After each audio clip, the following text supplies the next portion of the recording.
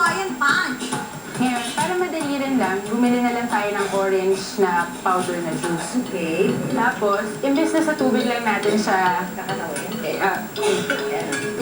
ang gagamitin na lang natin ay Soft drink. soft drink. Para may tamis na siya, saka medyo kakaiba, hindi siya yung parang tubig lang. Para rin kakaibang lasa para sa mga bata.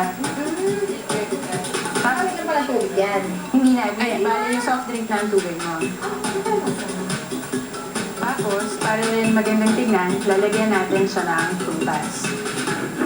Tapos, yung mga bilog na prutas, ilagay na lang at lulutan na lang siya. Pwede gumamit din ng lemon, apple. O ano, Philip na ba kayo? Eh, paano kung sasabihin ko pa na 450 pesos lang ang nagastos natin dito? Siyempre, di dapat wala sa listahan ang 1, 5,